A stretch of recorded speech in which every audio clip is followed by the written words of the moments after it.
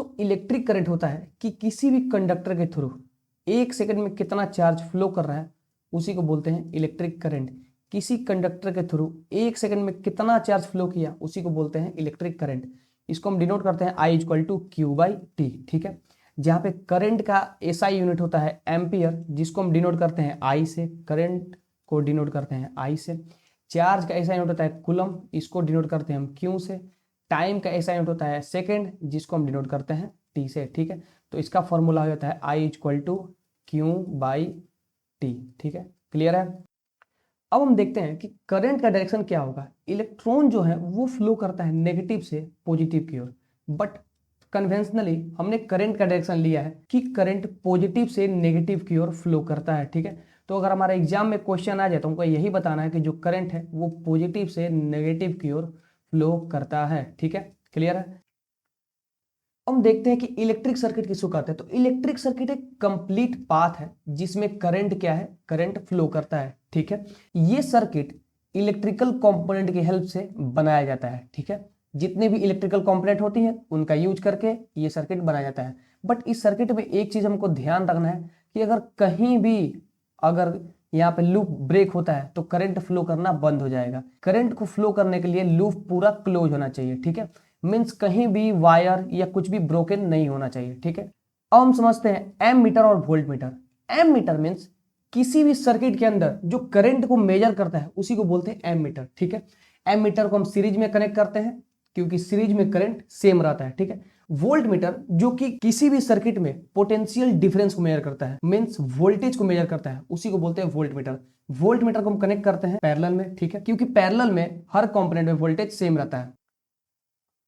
Potential difference means किसी भी unit charge को इन्फिनिटी से किसी पॉइंट तक लाने में जितना वर्क डन हुआ उसी को बोलते हैं पोटेंशियल डिफरेंस। पोटेंशियल डिफरेंस को हम डिनोट करते हैं V = वर्क डन पर यूनिट चार्ज। इसको हम ये भी बोल सकते हैं W means work done, Q means पर यूनिट चार्ज, कि एक चार्ज पर कितना वर्क डन हुआ उसी को बोलते हैं पोटेंशियल डिफरेंस। इसका SI यूनिट होता है वोल्टेज। अब हम जरा समझते हैं ओम्स लॉ। तो ओम्स लॉ बोलता है कि किसी भी कंडक्टर में जो करंट है वो डायरेक्टली प्रोपोर्शनल होगा उसका वोल्टेज में। अगर उसमें तुम वोल्टेज ज्यादा दोगे तो तुमको करंट भी ज्यादा मिलेगा, और अगर वोल्टेज कम दोगे तो करंट भी उसमें कम देखने को मिलेगा। तो जब इसी प्रोपोर्शनलिटी साइन को हम हटाते हैं, यानी V is directly proportional to I, तो हमें यहाँ पे एक कांस्टेंट मिलता है V = IR। R क्या मिलता है हमें, एक कांस्टेंट जिसको हम रेजिस्टेंस बोलते हैं, जिसको हम क्या बोलते हैं, रेजिस्टेंस। अब रेजिस्टेंस क्या है इसको जरा समझते हैं। तो रेजिस्टेंस मींस किसी भी मटेरियल का प्रॉपर्टी जिससे वो करंट के फ्लो को क्या करता है, रजिस्ट करता है, अपोज करता है, कि वो करंट को फ्लो होने से रोकता है, उसी को बोलते हैं रेजिस्टेंस। इसको मेजर करते हैं ओम्स में। ठीक है,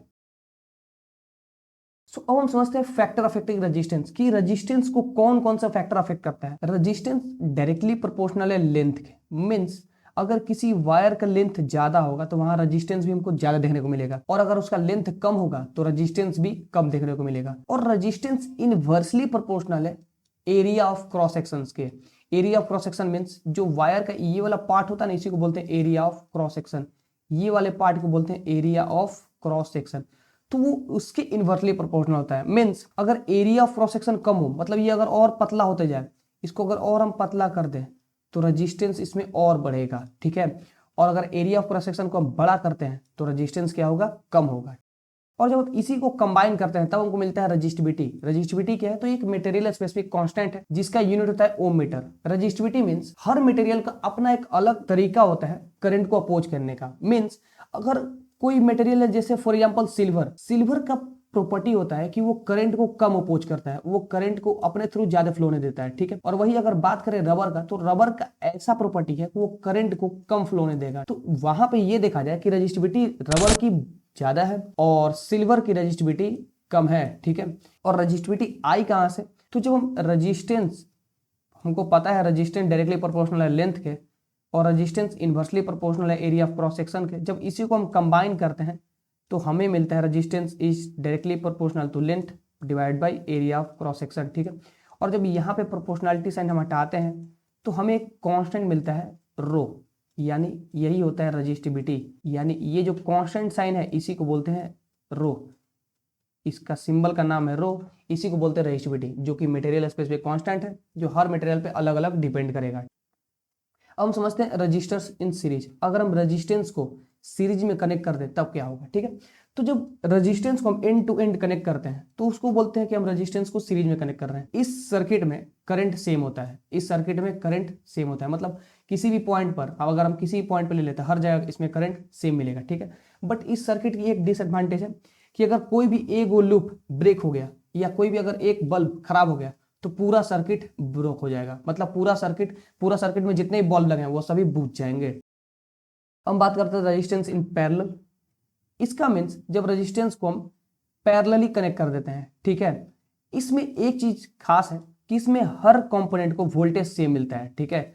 इसमें हर कंपोनेंट को वोल्टेज सेम मिलता है। मीन्स अगर 220 वोल्ट इसको मिल रहा है तो 220 वोल्ट इसको ही मिलेगा, 220 वोल्ट इसको ही मिलेगा, 220 वोल्ट इसमें भी मिलेगा। बट अगर यही पिछले केस की बात करें तो यहाँ पे वोल्टेज स्प्लिट हो जाता है, इसको कुछ अलग वोल्टेज मिलेगा, इसको कुछ अलग वोल्टेज मिलेगा, इसको कुछ अलग वोल्टेज मिलेगा, पर वोल्टेज रहेगा सेम 220 ही। अब यही ब्रेक डाउन हो जाएगा। लेट सपोज इसको मिल रहा है 100 वोल्ट, इसको मिल रहा है 20 वोल्ट और इसको मिल रहा है 100 वोल्ट। यहाँ पर वोल्टेज स्प्लिट अप हो जाएगी, हर वोल्टेज सेम नहीं रहती, वोल्टेज अलग अलग मिलेगी इसको। बट वही अगर पैरेलल की बात करें तो पैरेलल में वोल्टेज सबको सेम मिलेगा। बट यहाँ पे एक चीज है कि करंट स्प्लिट अप हो जाता है, हर ब्रांच को एक अलग अलग करंट मिलेगा, ठीक है। तो यहाँ करंट सेम नहीं होता है। इस सर्किट की सबसे खास बात है कि अगर एक बल्ब खराब भी हो जाए, यानी एक कंपोनेंट ब्रोक भी हो जाए, फिर भी रिमेनिंग बल्ब काम करते रहेंगे, रिमेनिंग बल्ब वो नहीं बुझेंगे। अब हम समझते हैं heating effect of electric current. इसमें सबसे इंपॉर्टेंट टॉपिक है joules law of heating effect of electric current.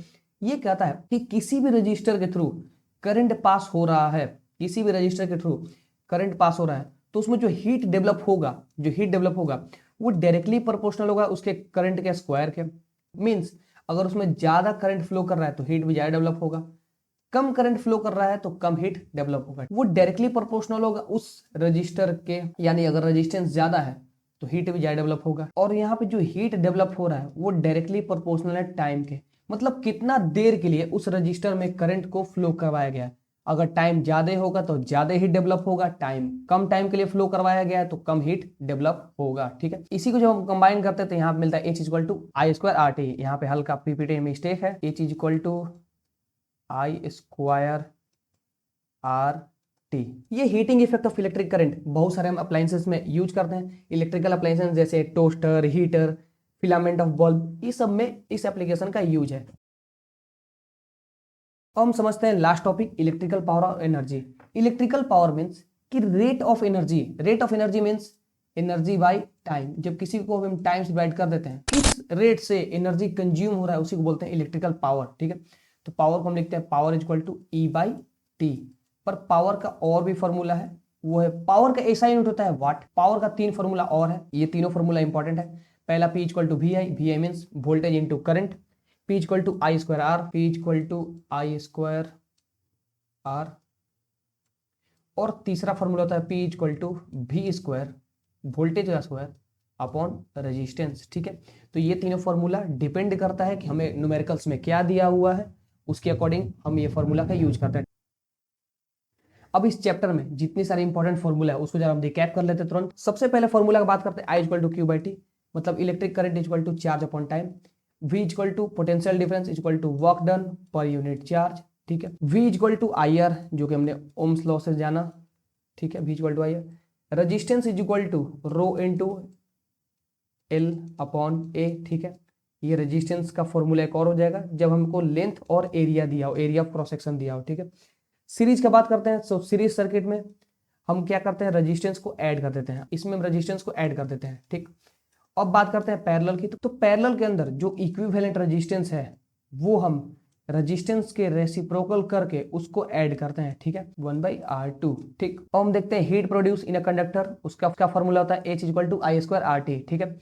Power का हमने 3 फॉर्मूला जाना, P equal to V I, P equal to I square R, P equal to V square by R, और P equal to एक formula और बोल सकते हैं, P equal to rate of energy consumption means E by T, ठीक है। तो ये सारा पावर का फॉर्मूला हो जाएगा, तो ये सभी भी हमको याद कर लेना अच्छे से, ठीक है। Energy equal to E equal to P by T, इसी को जब एनर्जी को में कंबाइन करोगे तो वहां मिलेगा E इक्वल टू P/T। ठीक है, इससे हम जितने भी इलेक्ट्रिकल अप्लायंसेस है उसकी कितना उसमें बिल जनरेट हुआ, कितना एनर्जी कंज्यूम हुआ, वही हम इससे निकालते हैं। ठीक है।